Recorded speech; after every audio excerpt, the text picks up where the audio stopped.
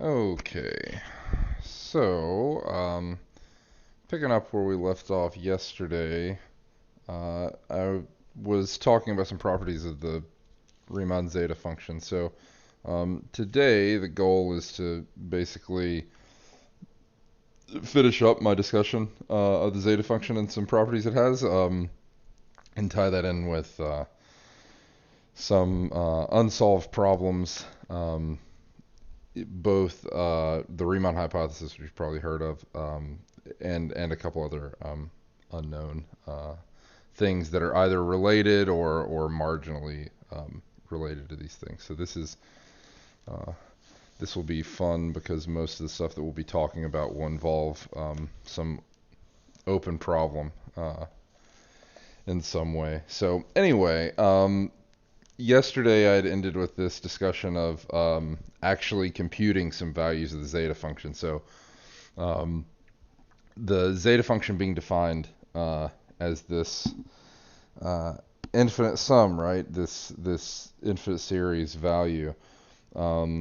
It's tricky because you know that for an infinite series, actually computing what the thing, right? Like you know what is involved with saying that some given sum converges, but that's a lot different than actually giving the value that it converges to. So most of the convergence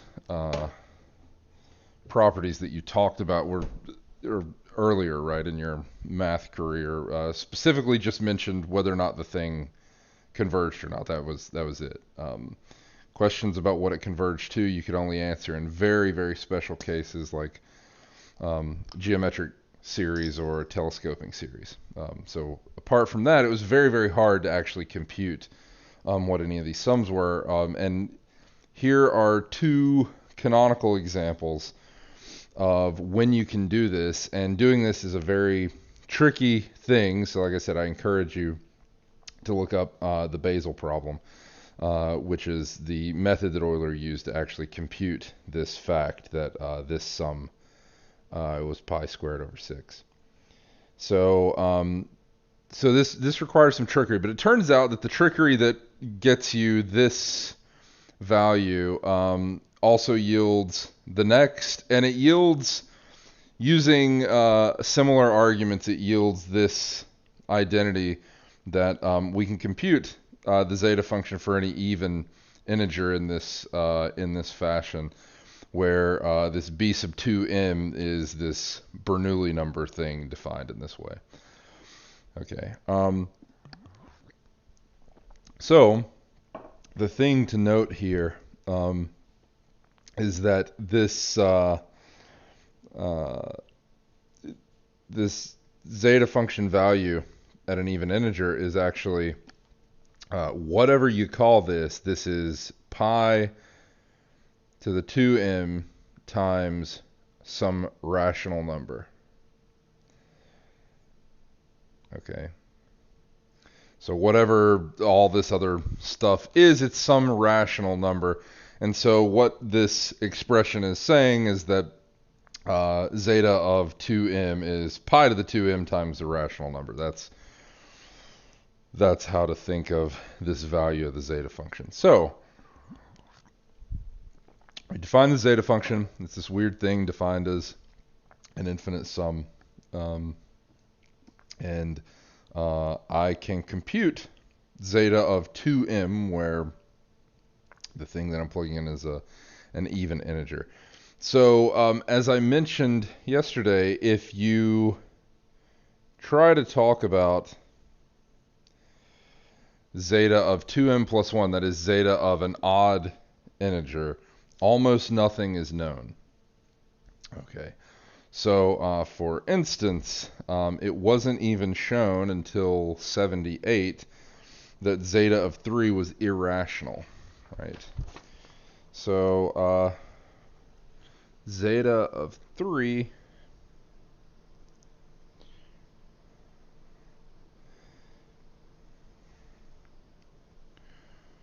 was only shown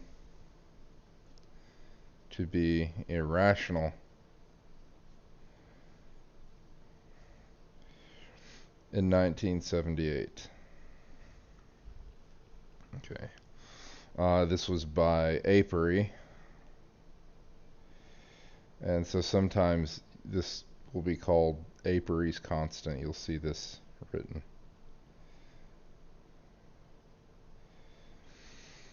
Okay.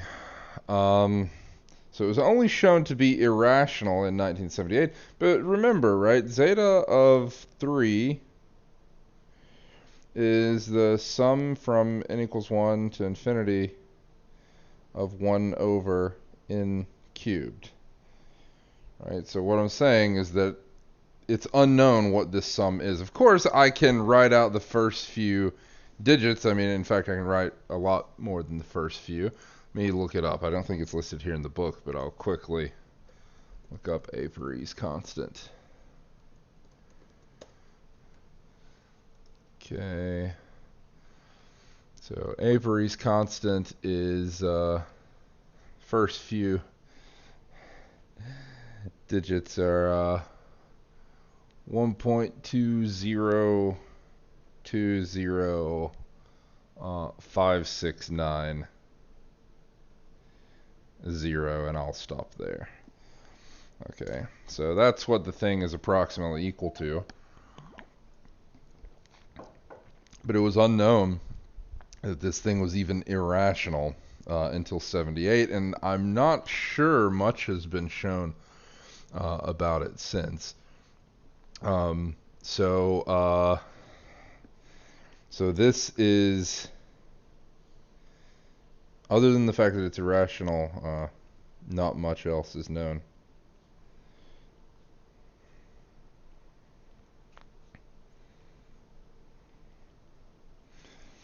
Okay, not much else is known about it. So this is definitely in contrast to the even case, where we have a nice closed form expression for zeta of even integer, which is pi to the 2m times a rational number. This thing, nothing close to that is known. And as far as the others go, even less is known. So it is currently known as of, I believe this was proven in 2000, yeah. So as of 2000, it is currently known that at least one of the following. That's a bad zeta. So zeta of 5, uh, zeta of 7, uh, zeta of 9, and zeta of 11. At least one of these is irrational. Okay, so at least one of these is irrational, but it is thought that all of them are.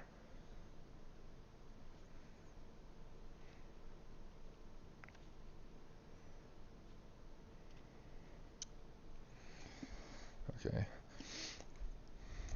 but in terms of what is currently known, it's only known that that at least one of them is irrational.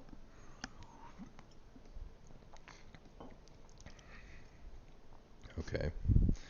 Um, so computing zeta values for even just odd integers, right, is something that's pretty far off in terms of current knowledge.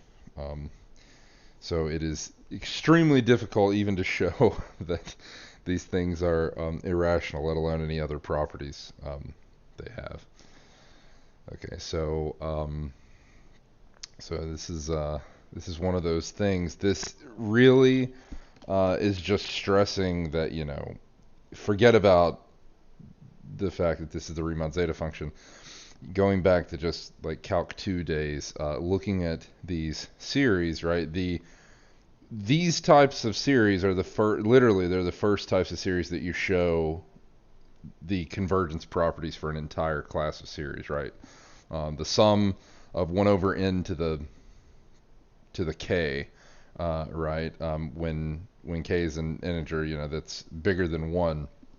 It's literally the first type of series you show converges by the integral test. And the convergence of the series, right, tells you basically nothing about the actual value that this thing is equal to, right? The fact that it converges means this sum is finite. What it's actually equal to, you have no idea, right? It's a complicated problem. So yeah, so I mean, even in this case, right, there's no closed form expression for that thing. Okay. So this is an example of some of the extremely hard problems that can arise out of stuff that I would have been able to state this problem to you back in Calc 2. The second you know about series and convergence of series, and that for some series you can actually compute what the series is equal to. This this is the sort of thing that I could have told you back then, but it's really, really hard to actually figure out. Okay. So, another neat fact. So, I can make this a lot more rigorous, but I'm only going to do a sketch right now. So, here's a proposition that arises from all of this that we can actually show. After we talk about next chapter's material, I'll actually be able to show this 100% rigorously, but for now I'm just going to give a quick sketch or heuristic argument. So the probability that two relatively prime or sorry, that's what I want to say, but not right now. So the probability that two randomly chosen, I'll talk about that in a second. So the probability that two randomly chosen integers are relatively prime is 6 over pi squared. Okay. I.e., the number of pairs of integers mn with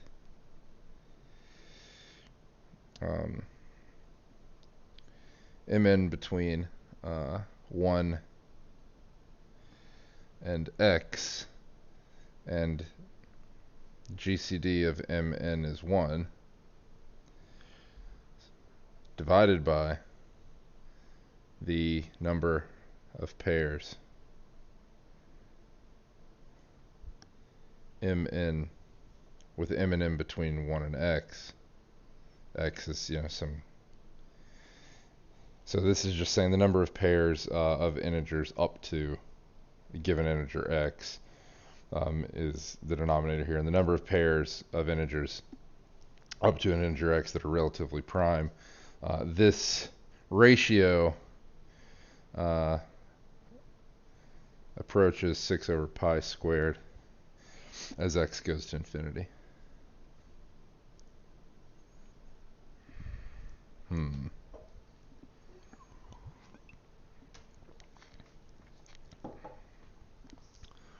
So saying that probability is 6 over pi squared is like saying that it's like 61% or something.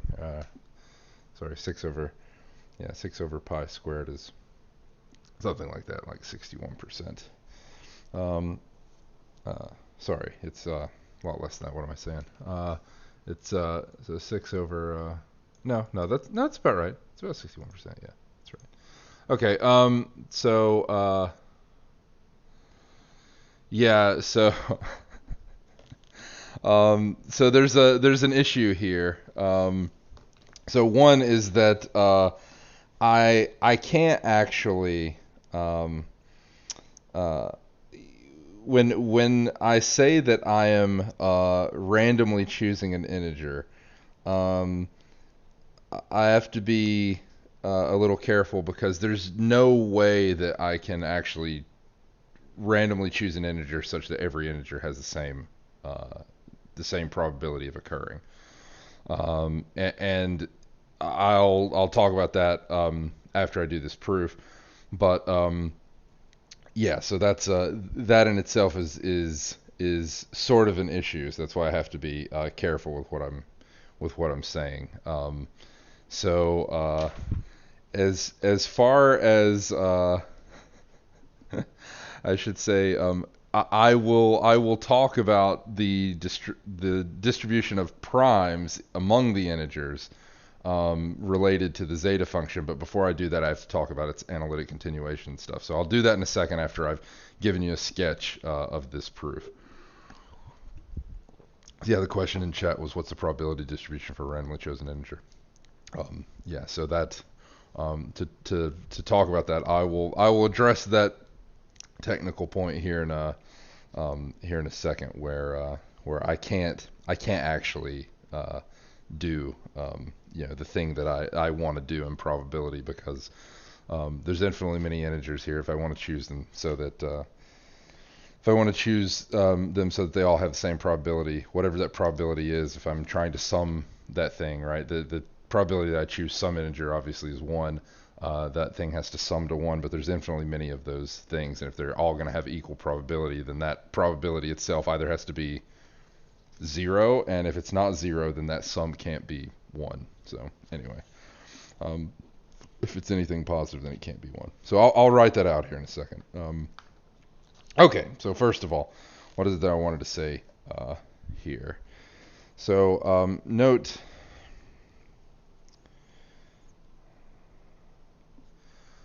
first thing is, so I should say this is a sketch. I can make it rigorous after chapter 6 material. Note that the GCD of m and n is 1 is equivalent. So saying the GCD of m and n is 1 is equivalent to saying that there is no prime p that divides their GCD. So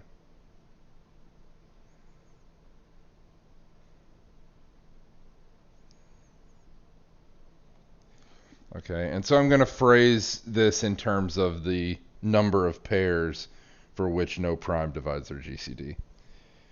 Okay, so that's how I'm going to enumerate these. Okay, so question is what is so what is the number of integers m less than or equal to x some given integer? So what's the number of integers m less than or equal to x that are multiples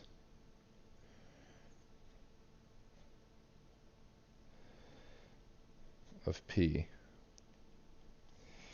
So, imagine I say, like, how many integers less than or equal to 10 are multiples of 5, right? Well, there's 5 and there's 10, so there's 2 of them. What's a way of thinking about how I would get that number in terms of a given x and given prime p? Well, it's just x divided by p, right? So it's x divided by p. So in that instance, x was 10, p was 5. 10 divided by 5 was 2. That tells me exactly how many are multiples. So then up to given x, how many, what's the number of these approximately, right? So approximately x divided by p. And that's true for whether I'm asking for integers m. If I'm asking for integers n, a separate integer for which this is true, I get another x over p copies, right? What is the number of integers m less than or equal to x? Well, that's easy. X, right? Okay, so the number of pairs mn with m and n both less than or equal to x that are multiples of p, this is approximately x over p times x over p, so x squared over p squared.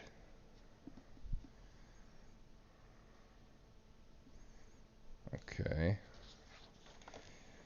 And since the total number of integers up to some given integer is just x, right, the integer itself, total number of pairs is x squared.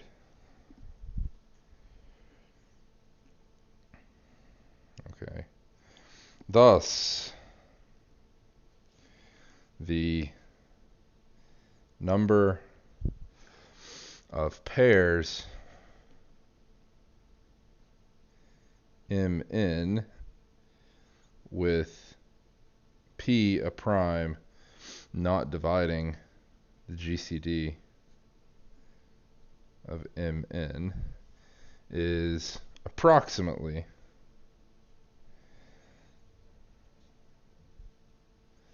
since these are approximate, the total number of pairs minus the number of pairs that are multiples of p. So this is x squared minus x squared over p squared. So writing this, this is factoring x squared here. This is x squared times 1 minus p to the minus 2.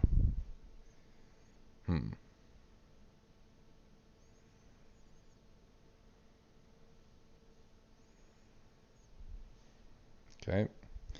So here, starting to get something. Okay, that is, you already see a term, an expression that looks like this.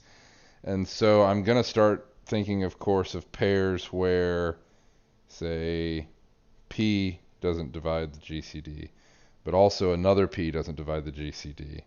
And you might imagine how this means I'm going to get a bunch of these terms tacked on.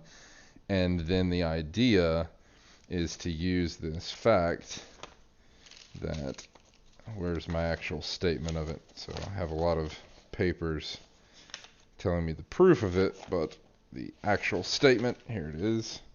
So a term that looks like this, of course, is already putting you in mind of this fact that the zeta function can be expressed as products of things that look like this, where if s is my argument, s is the exponent here. Notice that already I have a 2 here instead of generic s, and so this should be telling me something about zeta of 2. And what do you know? Zeta of 2 is exactly the sort of thing that I'm interested in, because this number that I'm getting, 6 over pi squared, is clearly related to this zeta of 2 value, right? Basal problem expression. Okay.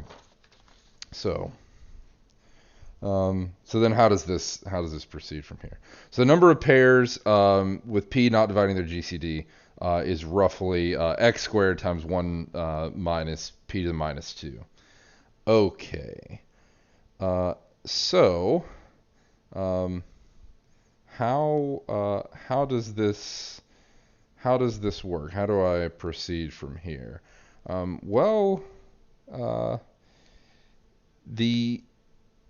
So note the number of pairs mn, of course, with m and n between 1 and x, such that 2 does not divide their GCD is, again, approximately x squared times 1 minus 2 to the minus 2. So among these pairs,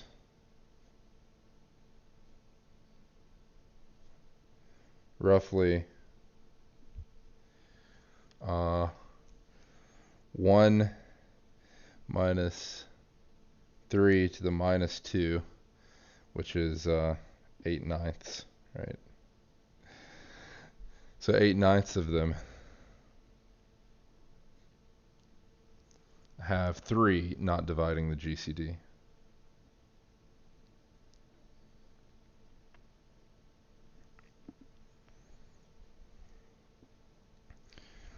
Thus, the number of pairs mn with neither 2 nor 3 dividing their GCD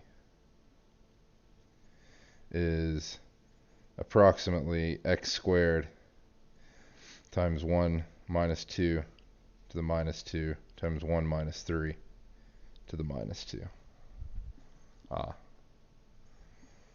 Okay. Now you might have a complaint here, and you might say, wait, I know in probability, right? If I want to start doing some kind of multiplication rule here, I have to know that the things in question are actually describing independent events, right? If I want to start just slapping these probabilities together to compute this, I have to know independence. And unfortunately, that's one of the things I can't say right now. We can prove independence of this later using some Chapter 6 stuff, but I'm not going to do it right now. But I may revisit this after I've talked about that Chapter 6 material so that you can have a complete proof here. Okay. So, so you see exactly where this is going. Um,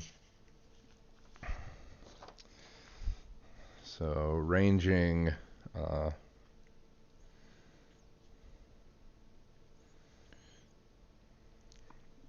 ranging over the primes, rewriting it as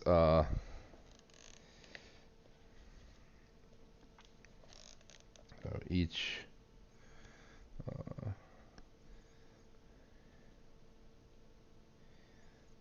each new prime p introduces a factor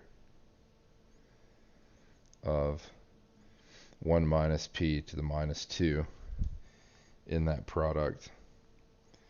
Okay, so the number of pairs mn, with m and n being integers between 1 and x, such that p does not, or I should say, I shouldn't say it for a single p, such that no prime up to p, right? So that, and if I'm letting p range over all the primes, I can just say no prime, right? Such that no prime p divides the GCD of m and n. This number is the product. Again, I shouldn't use an equal sign here. I should say that this is approximately the case, but this is x squared times 1 minus 2 to the minus 2 times 1 minus 3 to the minus 2 times 1 minus 5 to the minus 2, and so on. It's this infinite product as I let p range over all the primes.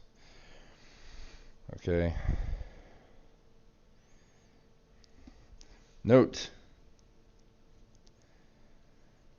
the total number of pairs is x squared. Thus, the ratio in question is this quantity, the number of pairs that have no prime dividing their GCD, divided by the total number of pairs, which is x squared. But that ratio then is, so number of pairs mn with m and n between 1 and x, such that no p divides their GCD, divided by x squared, which is 1 minus 2 to the minus 2 times 1 minus 3 to the minus 2 times 1 minus 5 to the minus 2, and so on. It's that infinite product. But this is just my zeta function of 2, where I don't have this minus 1 exponent. So what does that mean?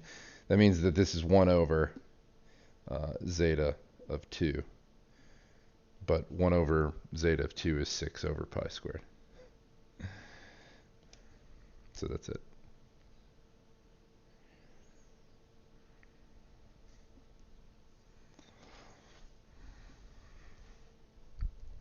Okay. So, little hand wavy because I've used the word roughly and approximately all throughout this proof. I can make this completely precise once we have some machinery from the next chapter. But it's nice to see it now, since you can at least heuristically argue that this is the case once you know that formula for the zeta function as this product over the primes. And once you've computed zeta of 2, you can see this. Okay. All right. Quick note, as I mentioned earlier, I can't actually randomly choose integers in such a way that each integer has an equal probability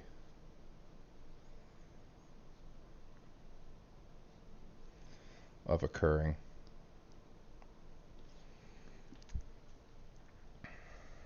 Okay. Right. The way to see this is I would know that whatever the probability of any of them occurring is, the sum of all those probabilities would have to be 1 if I'm thinking of choosing integers. So note, 1 is the probability that 1 is chosen plus the probability of 2 being chosen plus probability of 3 being chosen, and so on. So imagine that each of these was equal to some number that was the same, right, for each of them. So we'll say that this is equal to, some big P, but then so is this, right? Each of these are.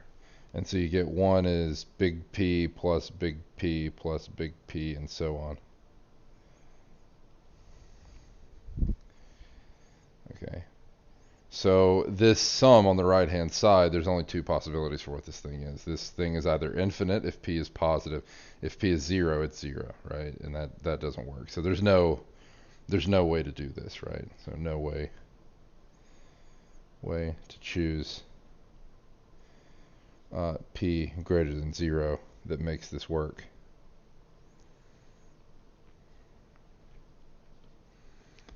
Okay.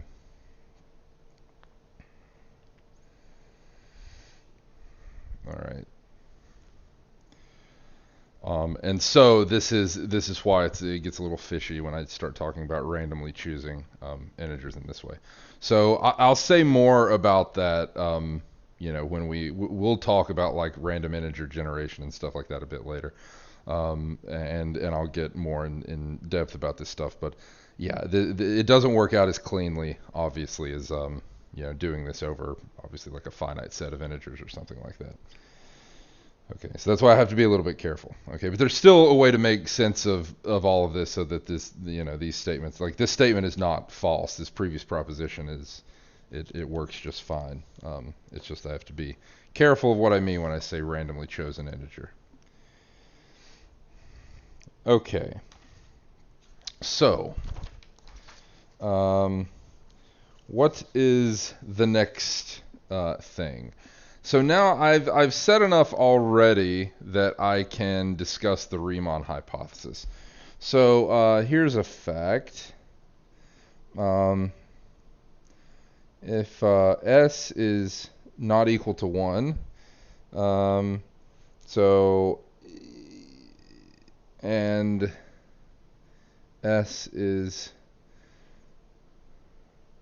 complex, so it is not identically equal to 1, and it's complex.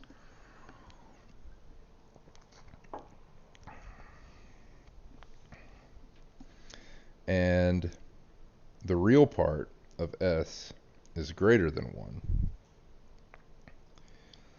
Okay. So to remind you, if S is a complex number, then S is equal to, say, X plus IY. The real part of S is X. The imaginary part of S is Y. Notably, if you have a complex number and you've expressed it as X plus IY, X and Y are both real numbers. So both the real and the imaginary part of S are real numbers. So, and this is important to pick out because a lot of students, they think that the imaginary part should be imaginary, but what you're saying is that it's the real bit that contributes to the imaginary part, right? So this is spitting out the real parameter in both cases. That's describing this complex number. So real part and imaginary part of a complex number both spits out a real value here. Okay. Um, so if S is not 1, S is complex, real part of S is greater than 1, we can discuss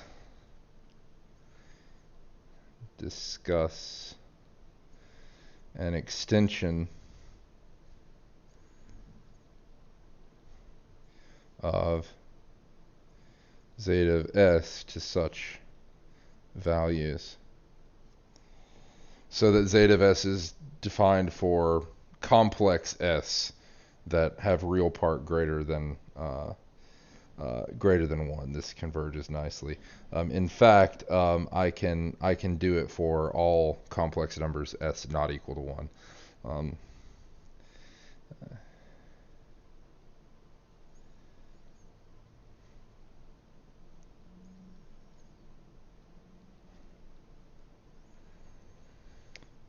this is called,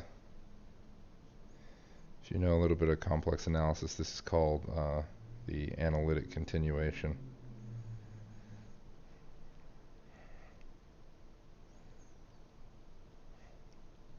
So analytic continuation is a big part of complex analysis, so it's the analytic continuation of zeta of S.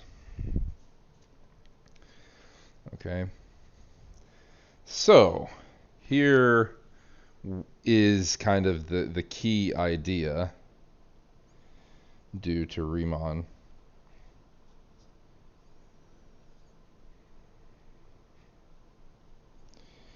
If you do this, so I mentioned when I first introduced the zeta function that actually the zeta function was most interesting when you had taken the zeta function as we had defined it, which was just for real values S, and extended it to include complex values S using this analytic continuation business.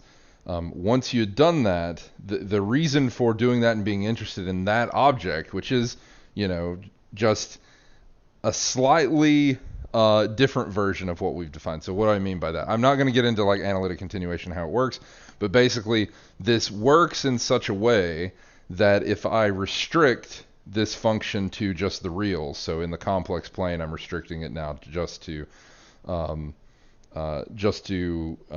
reals, so just to the x-axis, for instance. If you restrict it to just the reals, that is, all complex numbers having imaginary part 0, then what you get is the function you started with, the Riemann zeta function, just defined for reals.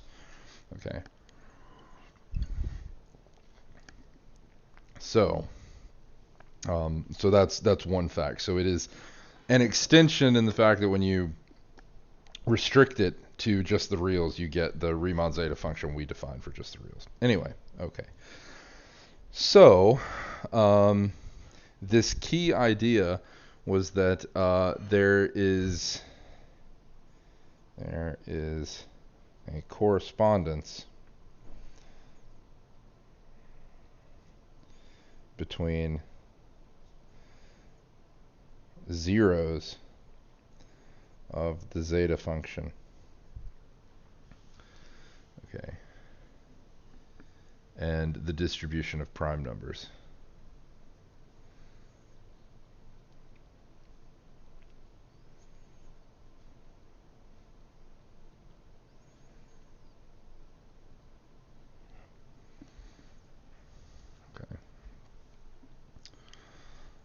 Okay. So what do I mean by that? Well, what I mean is that there is this, i.e., I should say, there's the solutions to the equation zeta of S equals 0 with the real part of S being between 0 and 1. Those are the solutions to this equation are related to the distribution of the primes.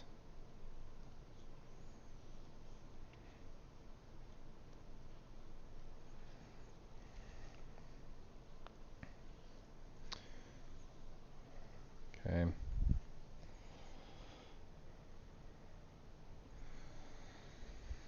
Okay. And so understanding the solutions to the equation zeta of s is equal to 0, when the real part of s is between 0 and 1, this is extremely important for understanding more completely the distribution of the primes. And so it turns out that if you look more deeply into this, there are some what are called the trivial zeros I won't mention. So there's infinitely many what are called trivial zeros satisfying this. So those get tossed out. And so it turns out that the trivial zeros I won't talk about outside this range. So it turns out that the only complex solutions here, when you actually try to compute them, seem to have a particular real part. Okay, and so this is the subject of the Riemann hypothesis. So the Riemann hypothesis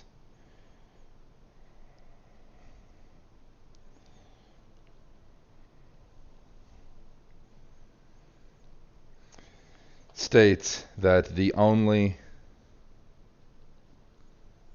complex solutions to this equation zeta of s is equal to 0 with real part of s between 0 and 1 actually have the real part of s equal to 1/2. This is the Riemann hypothesis. Okay, this has been verified for I don't know how many, but a ton of these. Hasn't been proven yet. This is definitely, I mean, it's almost without a doubt the most famous of the unsolved problems in modern math. Okay, so it was one of the problems that was stated. So David Hilbert was a very famous mathematician at the turn of the 20th century. So in 1900, I think, exactly, is when he gave a conference. He gave a talk about the most important unsolved problems. They're called Hilbert's problems. So you can look at a list of Hilbert's problems if you like. Some of them have been solved. Some of them were kind of ill-posed so that they didn't really have a resolution. At least one has been shown to be undecidable. It is unprovable as stated. And I don't mean unprovable as false, right? I mean literally undecidable. Like it is not possible to prove one way or the other. So it's neither true nor false. And the Riemann hypothesis is among them. I can't remember which list it is, or which problem it is in the list. So the Riemann hypothesis is one of them. In the year 2000, there was the Clay Millennium Prize problems, which was, I think there were only 6 of them, 7 of them, something like that, that were like supposed to be the most important problems from a variety of fields. Riemann hypothesis is on that list. And so maybe by the time we get to 2100 and mathematicians are making another list of famous problems, maybe Riemann hypothesis will be done by then, but I don't know. It seems pretty tough. I'm not sure exactly what kind of progress has been made on this, but if you look into this, if you Google Riemann hypothesis, especially if you look at like the wiki article and look at recent developments, I'm sure that there'll be a ton of stuff there that you can have a look at of varying degrees of difficulty.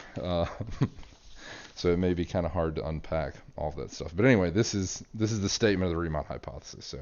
So there it is. You now know enough to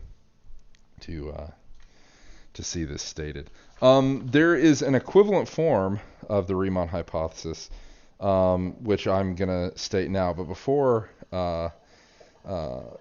that, there's a relationship between the Riemann hypothesis and the prime number theorem, which I've mentioned the prime number theorem before, is this statement that is telling you something about the number of primes less than a given integer, what it asymptotically is equal to. So I'll mention that it's stated in the textbook, but I'm not going to actually get to that chapter. So I'll mention that at some point later more explicitly. But alternative, just because this is neat, alternative statement of the Riemann hypothesis.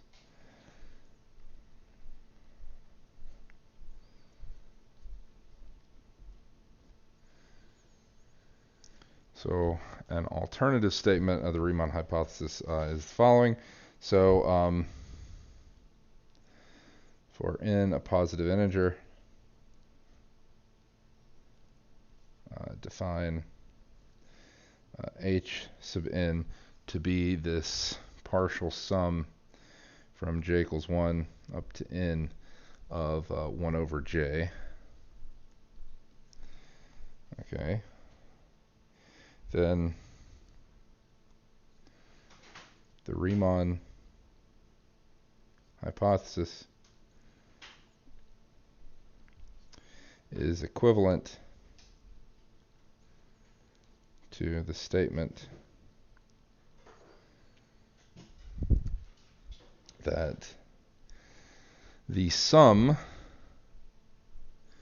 over the divisors of n of d, so the sum over d dividing n of d, so if you sum up all the divisors of n, that must be less than or equal to this h sub n I've defined plus e to the h sub n times the ln, the natural log of h sub n.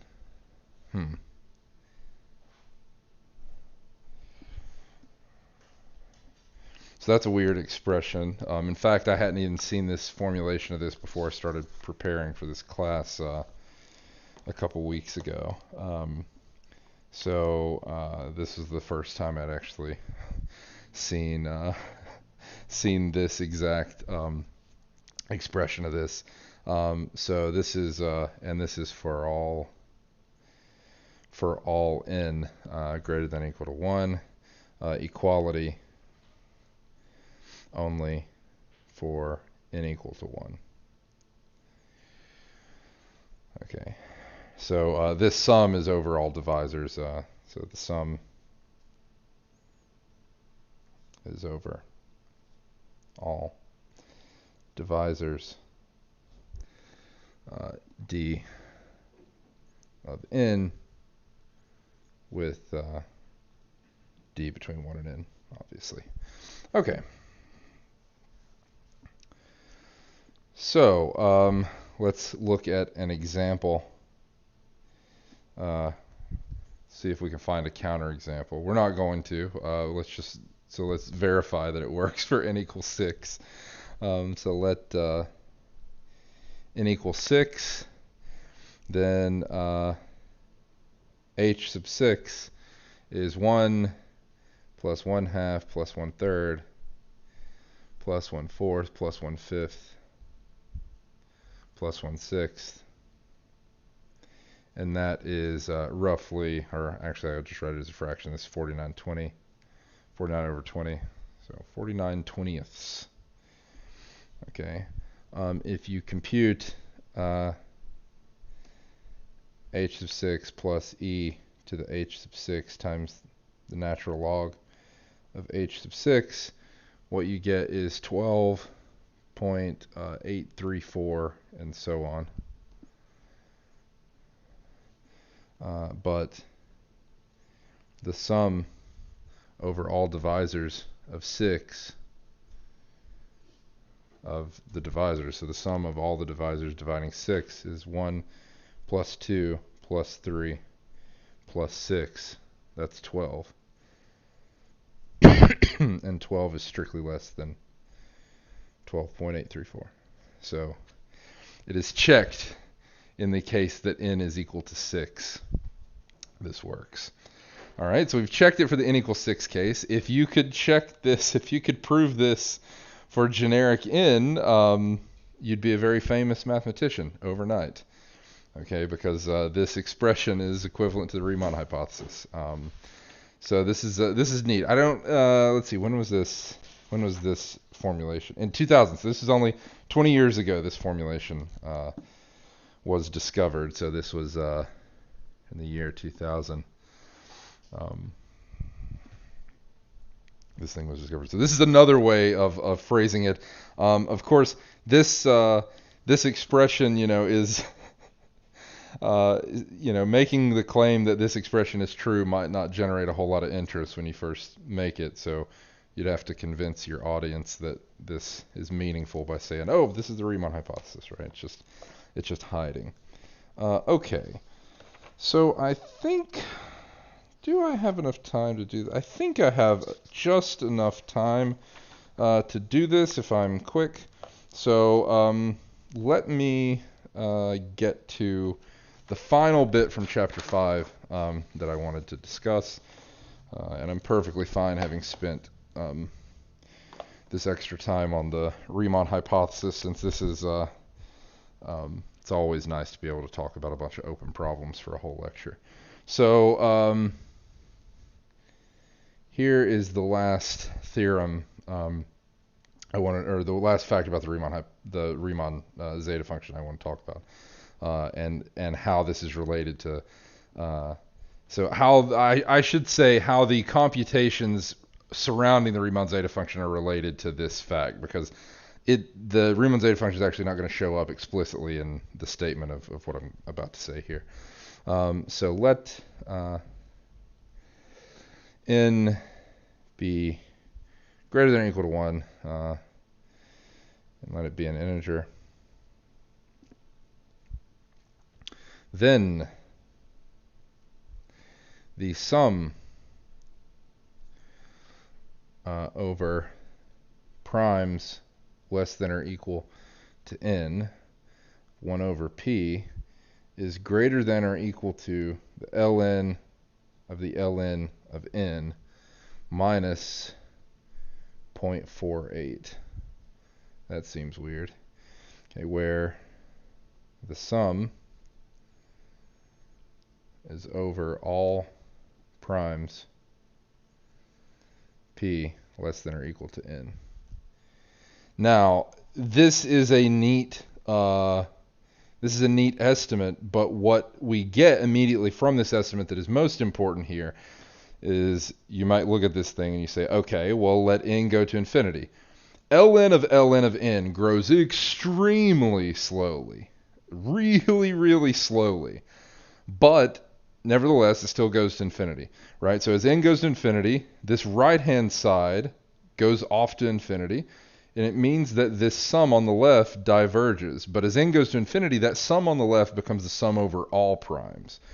Okay, so in particular, what I get directly from this identity, in particular, the sum over all primes p of 1 over p, it diverges. It goes off to infinity, right? The sum diverges. Now,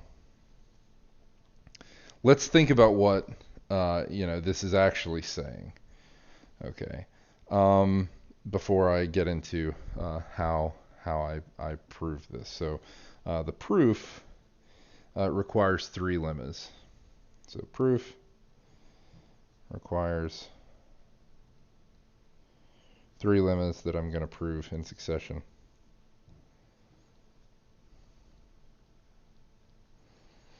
So I'll get to that in a second. But before I get to that, I want to think about what this means.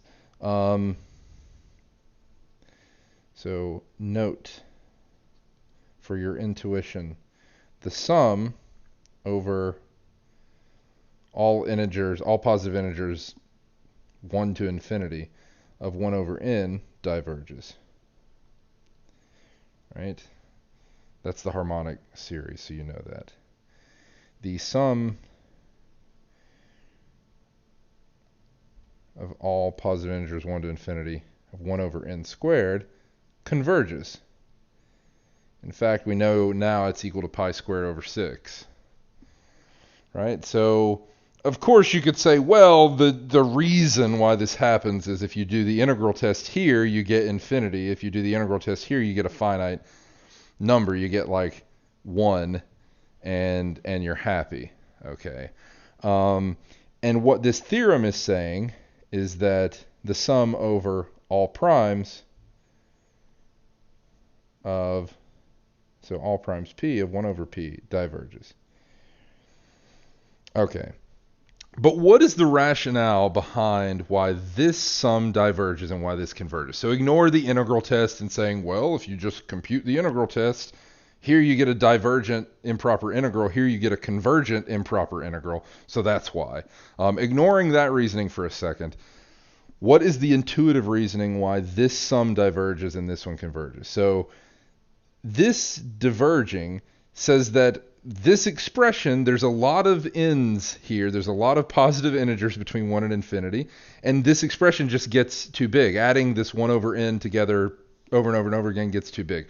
Now, comparing this to the harmonic series, right, and trying to think of what's going on here, another way of writing this series is the sum over perfect squares.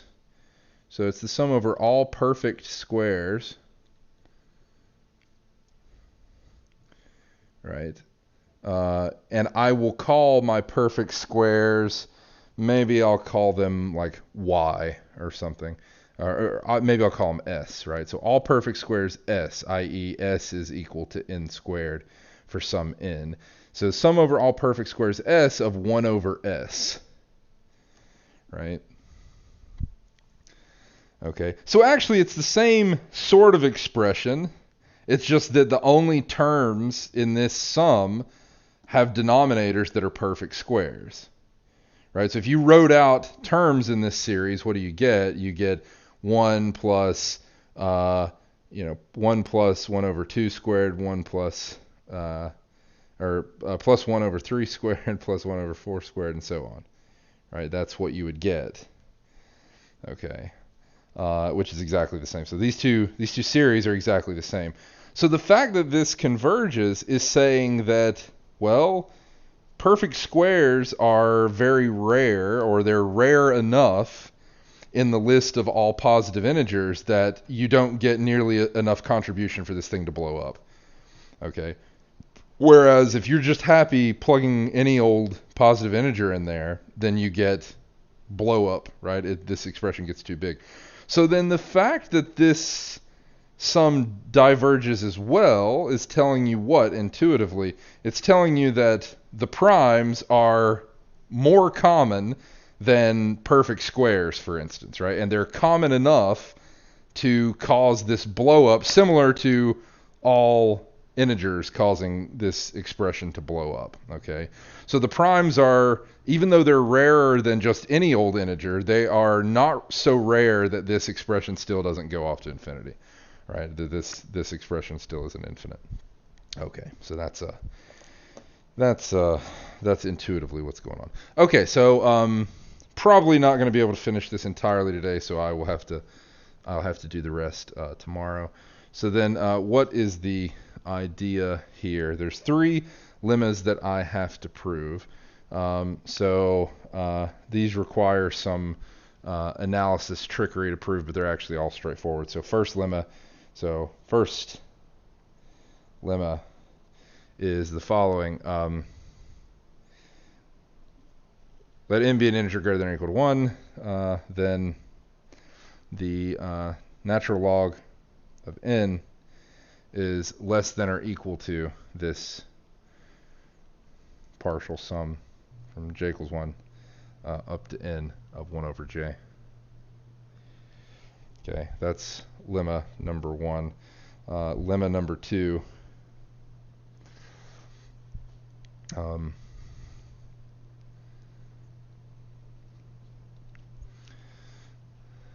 If x is between 0, This is an x. So if x is between 0 and 1/2, then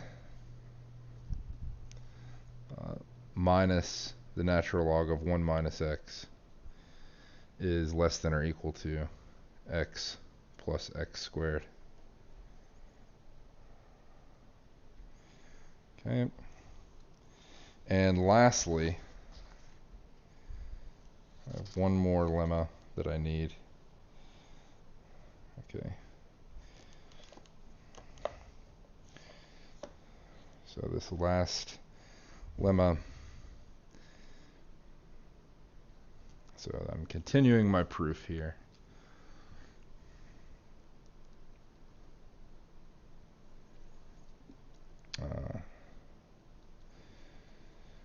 So this last lemma is the sum over all primes p of 1 over p squared is strictly less than 0.48. Okay. All right. So, assuming these three lemmas,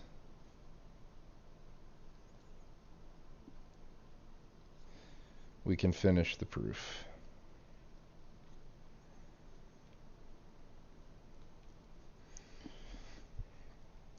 Okay. So, from earlier, we know that the sum for integers in this set S sub n, I'll remind you of this because this is slightly different notation than I used before just to make my life easier. So the sum over integers in this particular set of 1 over j can actually be expressed as the product over primes up to n of 1 minus p to the minus 1. This is I can express this, of course, as the Riemann Zeta function of here. I'm plugging in, this is s equals 1 here, right? Okay, or I'm trying to say that this is, I want to compare this with s equals 1, right? So where s sub n is the set of positive integers whose prime factorizations are only the primes up to n. This is the set of positive integers whose prime factorizations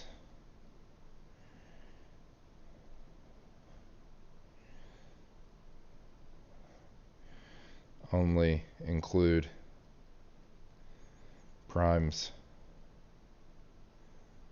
p up to n. Okay.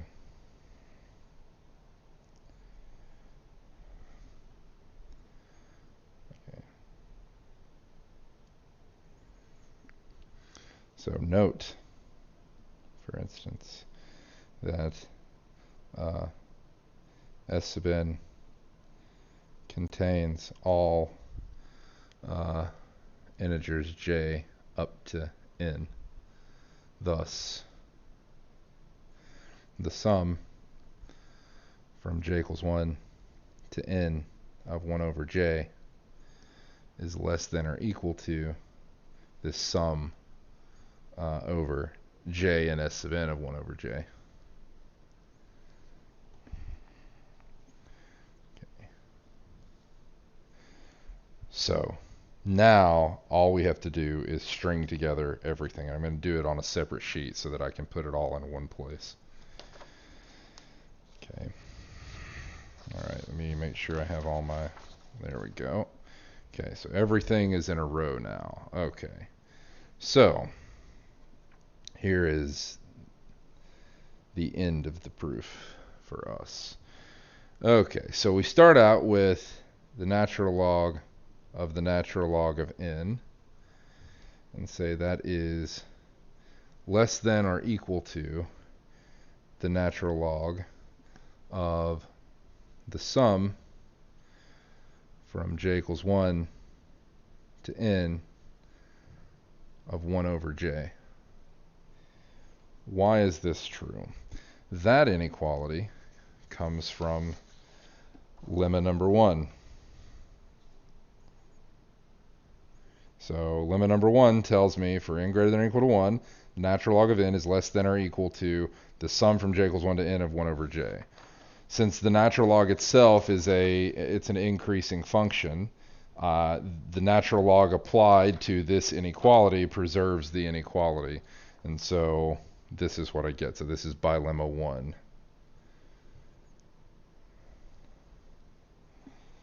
Okay.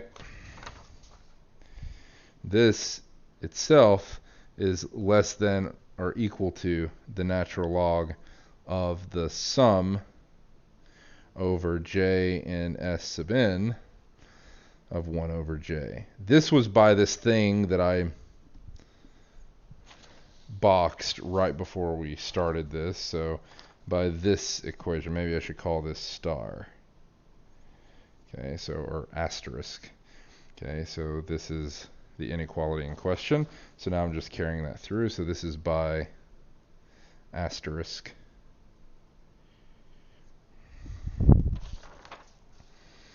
Okay. All right. Now, this is equal to the natural log of the product over primes up to n of 1 minus p to the minus 1 to the minus 1. Where's that from? That is from this fact. That this sum was actually equal to this product of primes. I'll call that star in that way. So this is by star. Okay.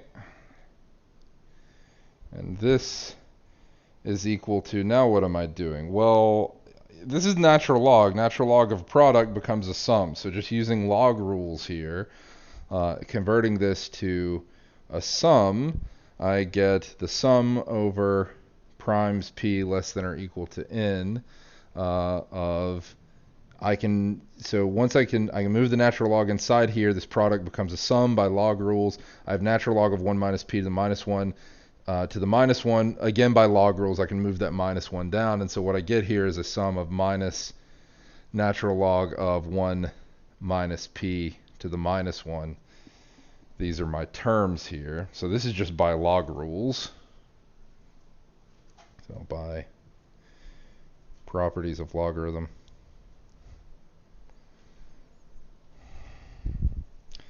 Okay, but now I get this expression, of course, that you saw in one of the other lemmas. So this is less than or equal to the sum over primes p less than or equal to n of 1 over p plus 1 over p squared. Where does that come from? Well, this comes from lemma 2. So if x is between 0 and 1/2, then minus ln of 1 minus x is less than or equal to x plus x squared. So here I have 1 over p is certainly between 0 and 1/2. This p ranges up to n. I have 1 over p plus 1 over p squared here because this x in question is 1 over p. It's p to the minus 1. Okay, so this is by lemma 2.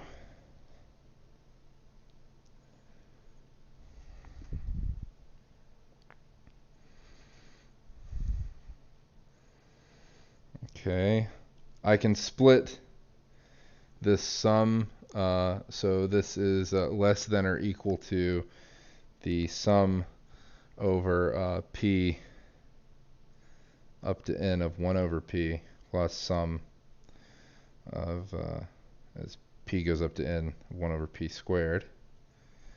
And then lastly, this is less than or equal to the sum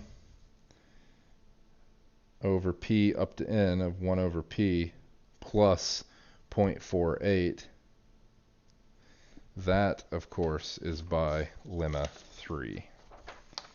So lemma 3 gave me that estimate, that the sum over p of 1 over p squared is less than 0.48. So I get this nice estimate here. So this is by lemma 3.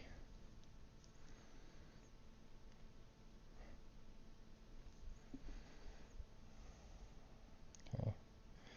Thus, I actually have exactly what I want. So thus, moving this to the other side, this implies that the sum over primes p up to n of 1 over p is greater than or equal to ln of n minus 0.48 by moving that to the other side. And I'm done. Okay, again, a quick explanation of why I'm done here. So going back to the actual statement. So here's the theorem that I've proven. So I wanted to show this estimate. I did. That's what I went through all this hassle to show. So I've shown this estimate.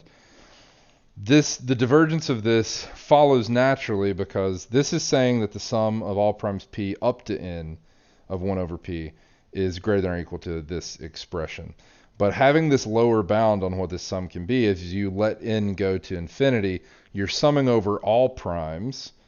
But as n goes to infinity, this thing goes off to infinity just extremely slowly. Okay, so it grows, it goes off to infinity, but it does so very slowly. But that doesn't matter. As n goes to infinity, this expression on the right goes to infinity. And since that's a lower bound on this sum, then the sum over all primes of 1 over p diverges. Okay. All right. So that is what's happening there. Now, a couple things I wanted to note. So first, there's some.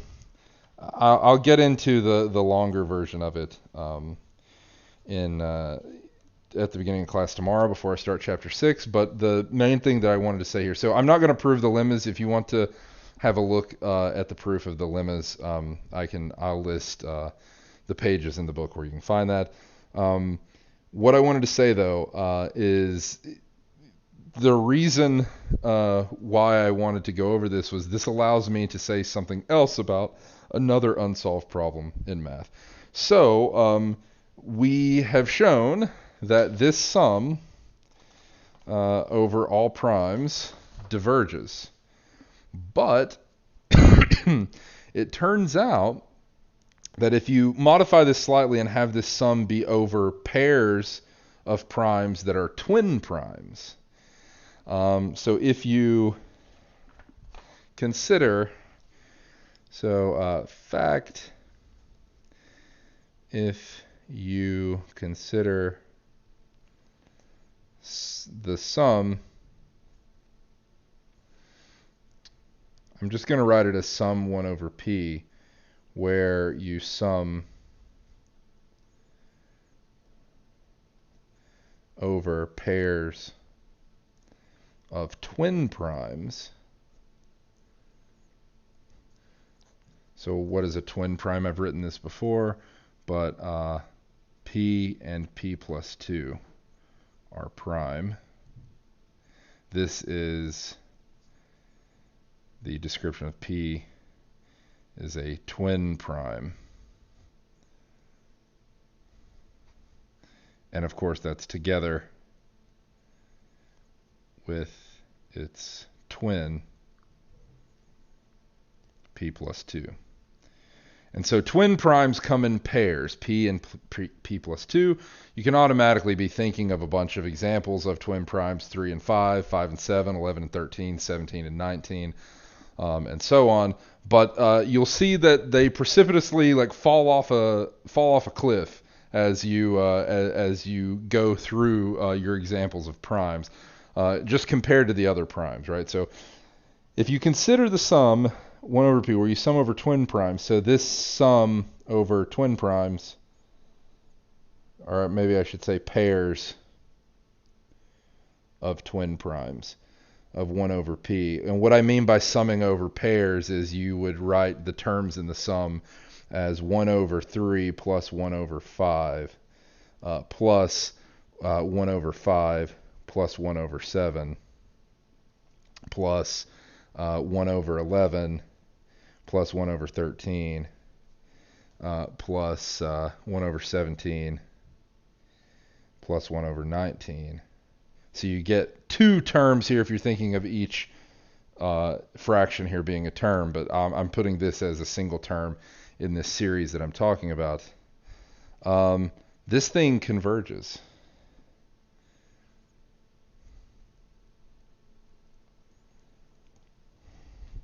This was proven in the early 1900s, I think, yeah, 1919. This converges. What does this mean intuitively? So intuitively, what this expression is saying, or the fact that this thing converges, it's that the twin primes are much rarer than the primes. And the reason why we can say that is because if the sum over the primes of 1 over p diverges, but the sum over the twin primes of 1 over p converges, well, then there must be a lot less twin primes, i.e. there are much less twin primes than primes. I should say much fewer twin primes than primes. Here, that'll make it sound better in English. Okay, so there's much fewer twin primes than primes. Okay. In fact,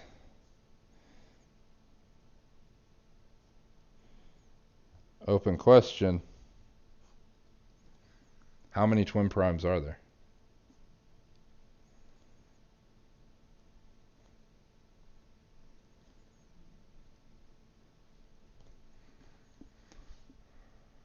You might be inclined to say infinitely many is what it would seem like the answer should be. That assertion is known as the twin prime conjecture. So, twin prime conjecture.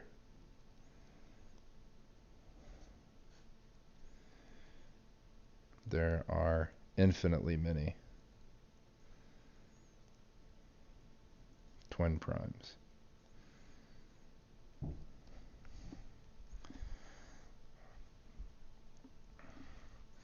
And that is also, well, if this question is open, then clearly, this twin prime conjecture has not been proven. So this is something that is unknown. Okay, so I think that's a pretty good place to stop today. So I finished chapter 5. I may mention a couple more cool facts about twin prime conjecture. But apart from that, we'll start chapter 6 tomorrow, and after tomorrow afternoon's office hours, I'll post your exam. So tomorrow afternoon, I'll post your exam. I'll put out an announcement when I post it to Elms, and then it'll be due like Monday at midnight or something like that. Okay, so anyway, I'll let you know when that's posted tomorrow. And tomorrow's lecture, we will start on chapter 6. We'll probably do a couple sections of chapter 6 tomorrow, and then that will be that. So I will see you then.